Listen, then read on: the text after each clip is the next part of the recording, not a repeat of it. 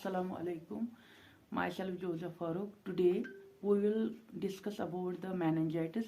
It is causes, diagnosis and symptoms, finally the treatment and prophylaxis of the meningitis. पहले अगर हम देखेंगे meningitis क्या होता है.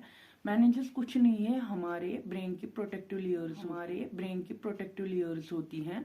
ये 3 होती हैं. इसमें से अगर हम ऊपर वाली लेयर से लेकर नीचे की तरफ बात करें तो सबसे पहले हमारे पास जो आता है वो है ड्यूरामेटर, जो सबसे टफेस्ट मेनिंजेस मानी जाती हैं. बीच में इसके आ जाते हैं arachnoid matter. Then finally last में इसके जो आते हैं इनर लेयर जो होती है वो पाया मैटर. तो अगर हम इनर टू आउटर की बात करेंगे तो हमारे पास पहले जो आता है वो है पाया मैटर. देन उसके बीच में फिर से सेकंड लेयर जो आएगी वो एरेक्नाइड मैटर एंड फाइनली हमारे पास तीसरी लेयर जो आती है दैट इज ड्यूरामेटर. तो इसके जो एरेक्नाइड मैटर और हमारी जो पाया मैटर है इसके बीच में स्पेस होती है दैट इज एक्नाइड स्पेस.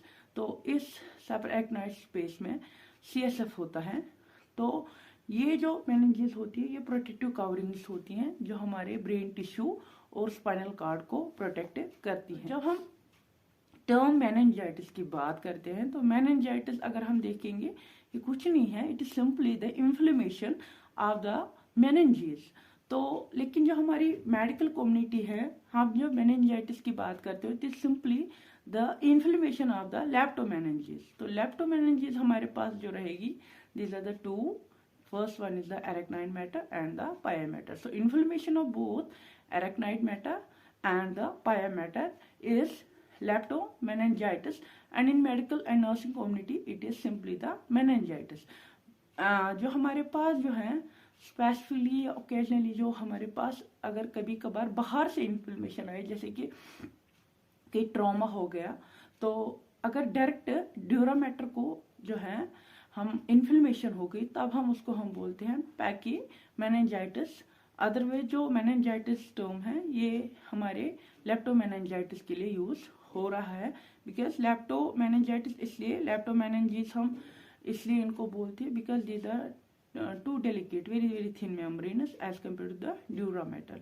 सो यहाँ हम समझ रहे हैं कि जब भी हम मेनिंजाइटिस की बात कर रहे हैं तो इट इज सिंपली द लेप्टोमेनिंजाइटिस. तो क्या है, inflammation of the arachnid and the पाया मैटर की इन्फ्लेमेशन. मेनिंजाइटिस के बाद जो हमारे पास यूजुअली और 3 टर्म्स आ जाती है, मेनिंजाइटिस, उसके बाद एन्सेफेलाइटिस, उसके बाद ये हमारा जो है cerebritis and cerebral abscess. So meningitis हमने बताया कि यूजुअली पाया मैटर और एरेक्नॉइड मैटर की इन्फ्लेमेशन होती है और कभी कभार अगर हो गई तो ड्यूरामेटर की भी हो गई. बट जो एन्सेफेलाइटिस होता है that is when there is inflammation of the brain parenchyma. अगर ब्रेन पैरेन्काइमा ब्रेन टिश्यू की इन्फ्लेमेशन हो गई सो इट इज एन्सेफेलाइटिस. तो चलिए ये डिफरेंशिएट हो गया मेनिंजाइटिस से. लेकिन जो हमारे पास तीसरी टर्म है दैट इज सेरेब्रलाइटिस. सो ये भी तो ब्रेन टिश्यू की ही इन्फ्लेमेशन है. इसको हम डिफरेंशिएट कैसे करेंगे एन्सेफेलाइटिस से. सो इसकी जो डिफरेंस है दैट इज कि हमारे पास जो एन्सेफेलाइटिस टर्म है when there is the diffuse and generalised inflammation of the brain parenchyma, तो ये उस वक्त जो है एन्सेफेलाइटिस होता है. सो अगर आपके पास जो है कोई स्पेसिफिक जगह पे नहीं है, कहीं भी हो सकता है, जनरलाइज्ड है, तो it becomes eight that time encephalitis. और हमारे पास जो सेरेब्रलाइटिस हैं उसमें क्या होता है कि लोकलाइज्ड होगा, जो इन्फ्लेमेशन होगा it will be the localized. So ये इन्फ्लेमेशन जो होगी ये लोकलाइज्ड होगी. तो ये डिफरेंशिएट होगा सेरेब्रलाइटिस एंड द एन्सेफेलाइटिस. लेकिन जो ये सेरेब्रलाइटिस है और सेरेब्रल एब्सेस हैं दोनों जो है लोकलाइज्ड होते हैं. इनको कैसे डिफरेंशिएट करेंगे. सो सेरेब्रलाइटिस में भी लोकल ही इन्फेक्शन, लोकल ही इन्फ्लेमेशन है एंड सेरेब्रल एब्सेस में भी लोकल ही इन्फ्लेमेशन है. लेकिन इन दो की डिफरेंस ये है कि वो भी लोकलाइज्ड है बट वो क्या है नॉन कैप्सुलेटेड होगा, उसके जो है बॉर्डर नहीं बना है, कैप्सुलेशन नहीं हुई है. एंड सेरेब्रल एब्सेस में क्या होता है कि लोकलाइज्ड है इन्फ्लेमेशन और वो एब्सेस जो है वहां पे दैट इज कैप्सुलेटेड, उसका जो है बॉर्डर पूरा कैप्सूल बना हुआ है. In this way you can differentiate these 4 terms, that is meningitis from the encephalitis, encephalitis from the cerebralitis and cerebralitis from the cerebral abscess. Now तो हमारे पास जो मेनिंजाइटिस के पेशेंट्स आते हैं वो ज़्यादातर सिम्टम्स लेके आते हैं। They represent with the severe headache, fever, nuchal rigidity या नेक स्टिफनेस जिसको हम कहते हैं, and the alter mental status. And out of हमारे जितने भी मेनिंजाइटिस केसेस आते हैं उसमें से देखा गया है 69% जो केसेस हैं they represent with GCS score always less than 14। उनका जो स्कोर होगा वो हमेशा लेस देन 14 होता है। एंड जो ये 4 सिम्टम्स हैं इनमें से ऑलमोस्ट हमारे पास जो है इन 4 में से 2 होते ही होते हैं 95% केसेस पेशेंट्स को। या तो हेडेक होगा, फीवर होगा, या हेडेक होगा, न्यूकल रिजिडिटी होगी, या तो हेडेक होगा और उसके साथ अल्टर मेंटल स्टेटस होगा, या mental alter mental status with the fever और fever with the nuchal rigidity. Out of these 4 symptoms 2 may be representing always in the meningitis among the 95% cases.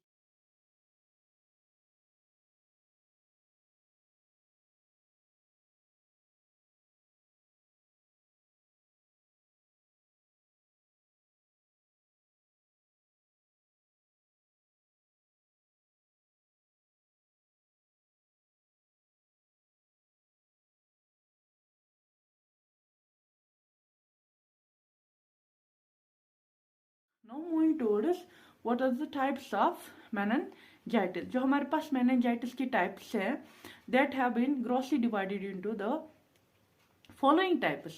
तो उनमें से जो first आता है the first one is the bacterial type. So bacterial meningitis जो होता है it is meningitis caused by the bacterial meningitis अगर हम बताएंगे तो ये मेनिंजाइटिस है जो बैक्टीरिया की वजह से, जहाँ काजिटिव एजेंट जो है इटियोलॉजिकल फैक्टर जिसका मतलब बैक्टीरिया एजेंट, जैसे कि नीजीरिया मेनिंजाइटिस जो है कॉमनेस्ट काज है अमंग एडोलसेंट्स या ऑल एज ग्रुप्स में ज़्यादातर अगर आप देखेंगे तो नीजीरिया मेनिंजाइटिस है। एंड उसके बाद ये स्ट्रेप्टोकोकस मेनिंजाइटिस है।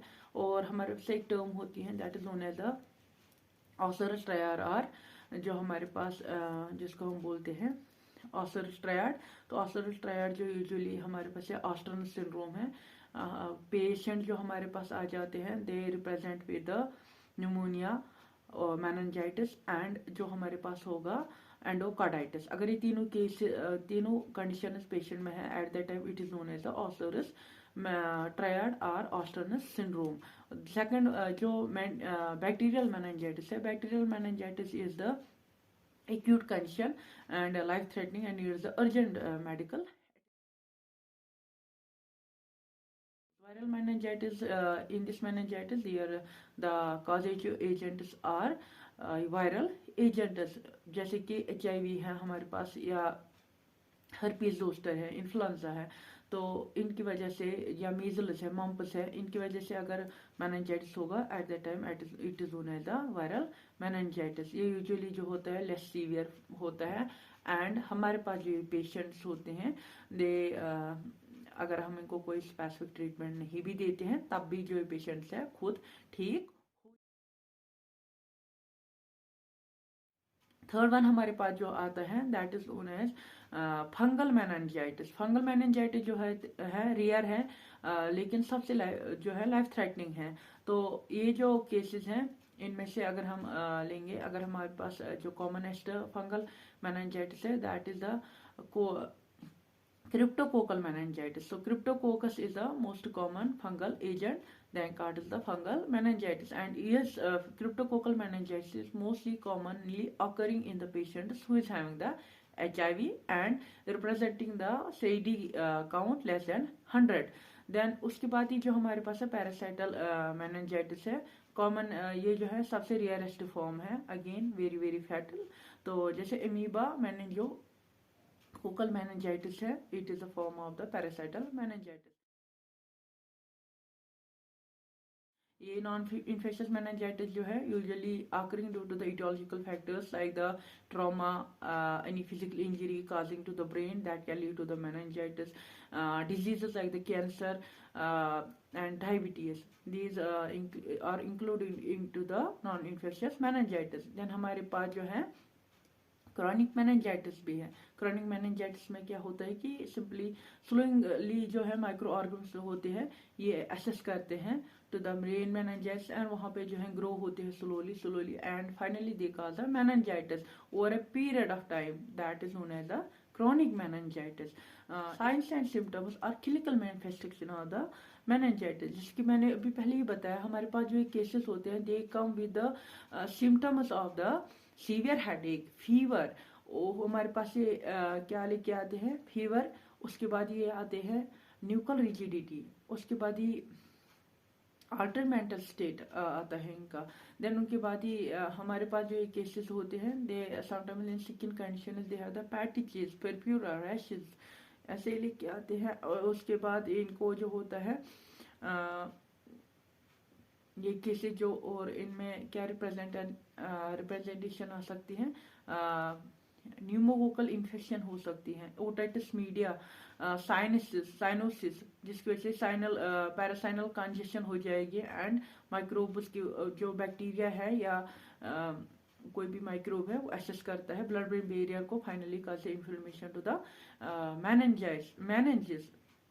ओटाइटिस मीडिया, जहाँ पे क्या होता है कि ओटाइटिस मीडिया अगर पेशेंट को है तो फाइनली जो हमारी ये बोन है टिम्पैनिक मेम्ब्रेन के ऊपर बहुत ज्यादा डेलिकेट है। अगेन क्रॉनिकली ये एसेस, जब क्रॉनिक ओटाइटिस मीडिया होता है तो ये एसेस करता है ब्रेन मेनिंजेस को और again it causes the meningitis. Then उसके बाद ही हमारे पास जो है केसेस, अगर हम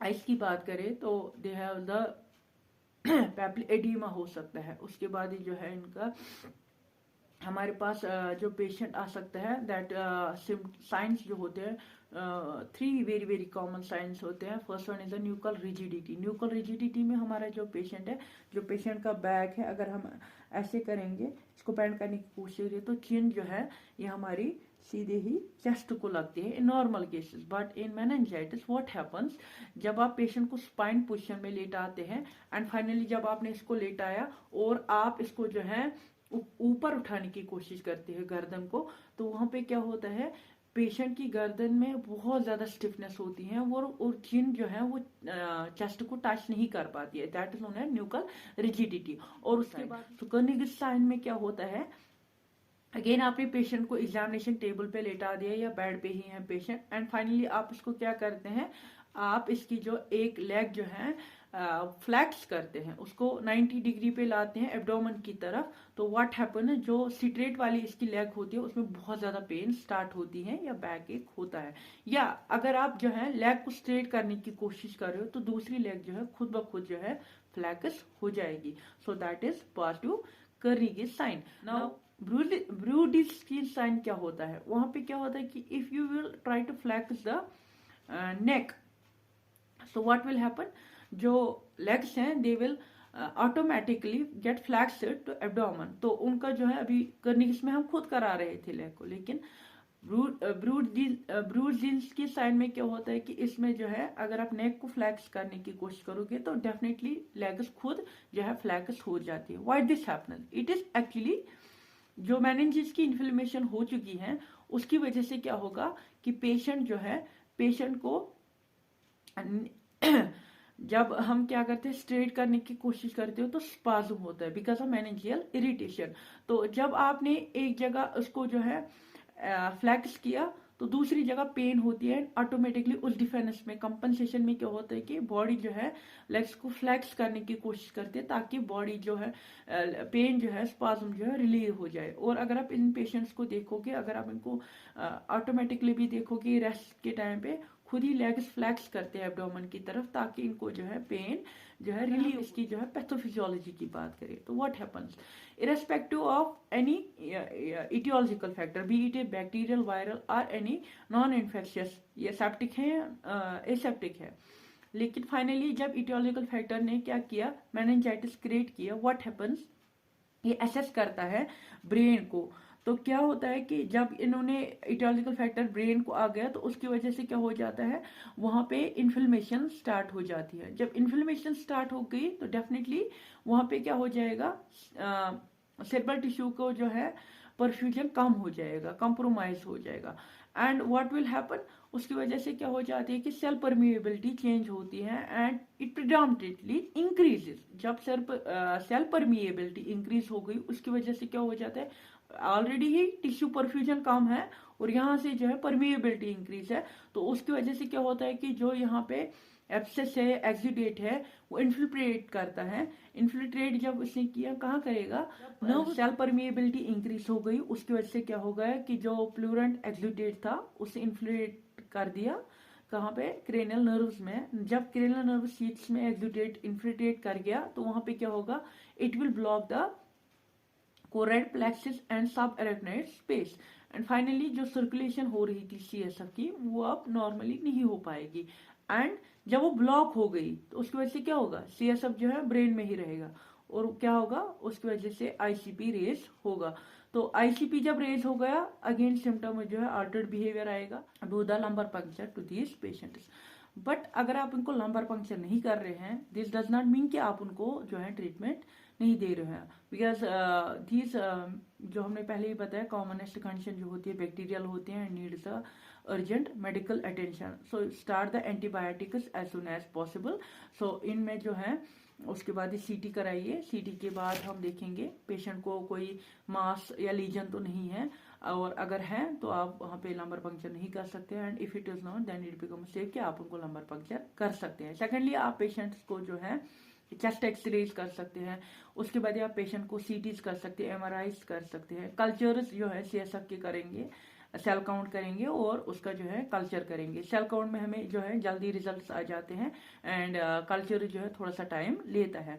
सो सेल काउंट्स में अगर आपके पास प्रिडोमिनेंटली जो है ग्रैनुलोसाइट लिम्फोसाइट्स का काउंट ज्यादा आ जाता है, तो it might be the tuberculosis हो सकता है। सो आपको ट्यूबरकुलोसिस, अगर ट्यूबरकुलर मेनिंजाइटिस है तो आपको सीधे ही राइप रेजिमेंट स्टार्ट करना है पेशेंट का, and that too for the 12 months. उसके बाद ही अगर पेशेंट को वायरल है, हमारे पास जो है ट्रीटमेंट। सो पेशेंट का जो हम ट्रीटमेंट है, पहले नॉर्मल दो केसेज है हमारे पास, एक है नॉर्मल है, दूसरा है इम्यूनो कॉम्प्रोमाइज स्टेट है। तो नॉर्मल एडोलसेंट्स में या नॉर्मल एडल्ट्स में हम क्या कहते हैं, ceftriaxone is the drug of choice, 2 gram सब आईवी देते हैं। बीडी और आप वैंकोमाइसिन दे सकते हो 15 to 20 mg पर केजी, अगेन बीडी आईवी देंगे। उसके बाद ही अगर आपके पास जो है पेशेंट है, उसकी एज जो है 50 से ज्यादा है, 50 ईयर से ज्यादा है, ग्रेटर है, और पेशेंट इज अल्कोहलिक, तो आप जो है वहां पे वैंकोमाइसिन ऐड कर सकते हैं। एंड ऐड एम्पिसिलिन और again 2 grams IV BD, sorry 8 hourly. Then हमारे पास अगर पेशेंट हैं जिनको बीटा लैक्टम्स से एलर्जी है, जैसे एम्पिसिलिन से है एलर्जी है, तो वहाँ पे आप जो है, या सेफ्ट्रोक्सोन से एलर्जी है, आप पेशेंट को जो है सिप्रोफ्लॉक्सिन से जो है सबस्टिट्यूट रिप्लेस कर सकते हैं। तो उस इंजेक्शन सिप्रोफ्लॉक्सिन आप उनको दे सकते हैं 400 mg जो है उस पर आप ऐड आईवी कर सकते हो। देन अगर आपके पास पेशेंट, ये तो नॉर्मल रेजिमेंट का हो गया, इफ व्हाट इफ कि आपके पास जो है इम्यूनो कॉम्प्रोमाइज्ड पेशेंट है, तो उनको आप जो है वैंकोमाइसिन एम्पिसिलिन से ऐड कर सकते हो।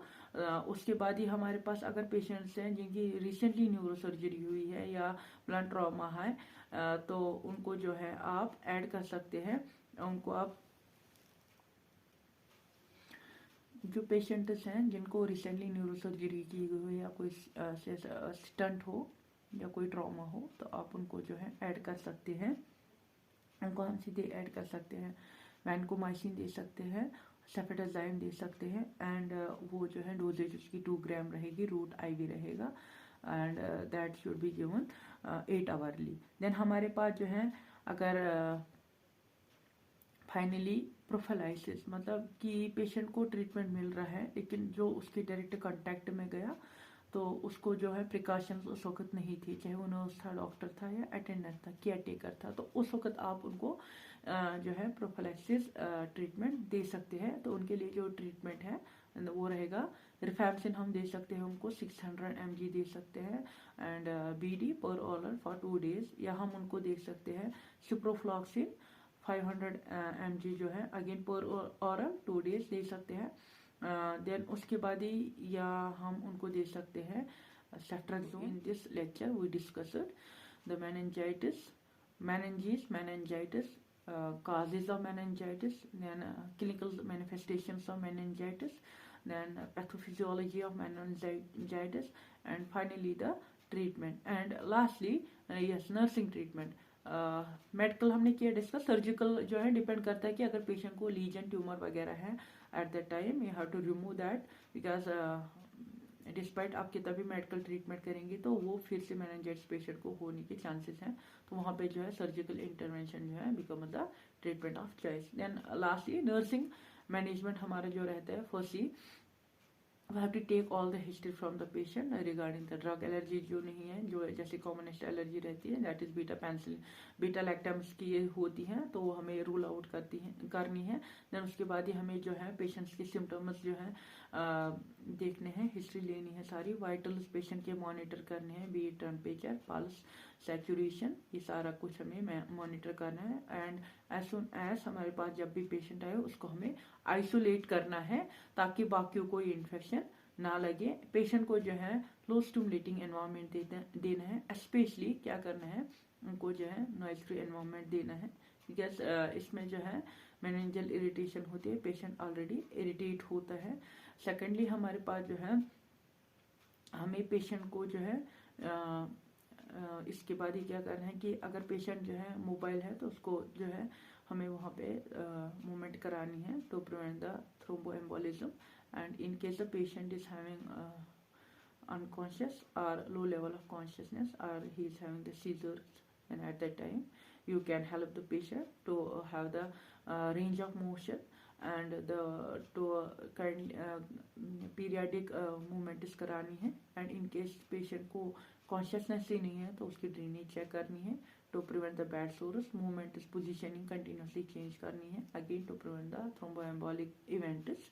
उसके बाद हमारे पास जो पेशेंट का ट्रीटमेंट रेजिमेंट बनाया गया है, प्रेस्क्राइब्ड एंटीबायोटिक्स उसको टाइमली देनी है, and keep the monitor the condition of the patient continuously, and in case कि हमारे पास कभी कोई अनटूवर्ड मूवमेंट लग रहा है we have to report it physician immediately, and input output patient का हमें चेक करते रहना है।